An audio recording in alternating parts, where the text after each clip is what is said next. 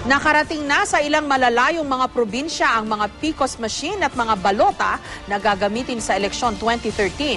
Inaayos na rin ang sistema ng pagbibigay ng sahod sa mga gurong magsisilbi sa araw ng botohan.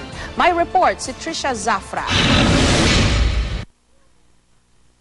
Ilang eskwelahan na ang sinisimulang kumpunihin at ayusin bilang paghahanda sa May 13 midterm elections. Para sa mga guro ng Burgos Central Elementary School sa Ilocos Norte, malaking bagay ang pagtitiyak ng kaayusan ng kanilang polling precinct dahil malaking bilang ng mga residente sa kanilang bayan ang lumalahok sa eleksyon. Sa Ilocos Sur, patuloy na inaayos ang sistema ng pagpapasweldo sa mga gurong magsisilbing Board of Election Inspectors. Formal nang inanunsyo rito ang direktang pagpapadala ng sahod sa bank account ng mga guro.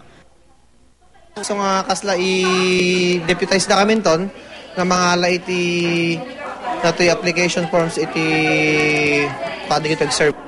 Una nang sinabi ng Department of Education, makakatanggap ng 3,000 pisong allowance ang mga magdu-duty na BEI.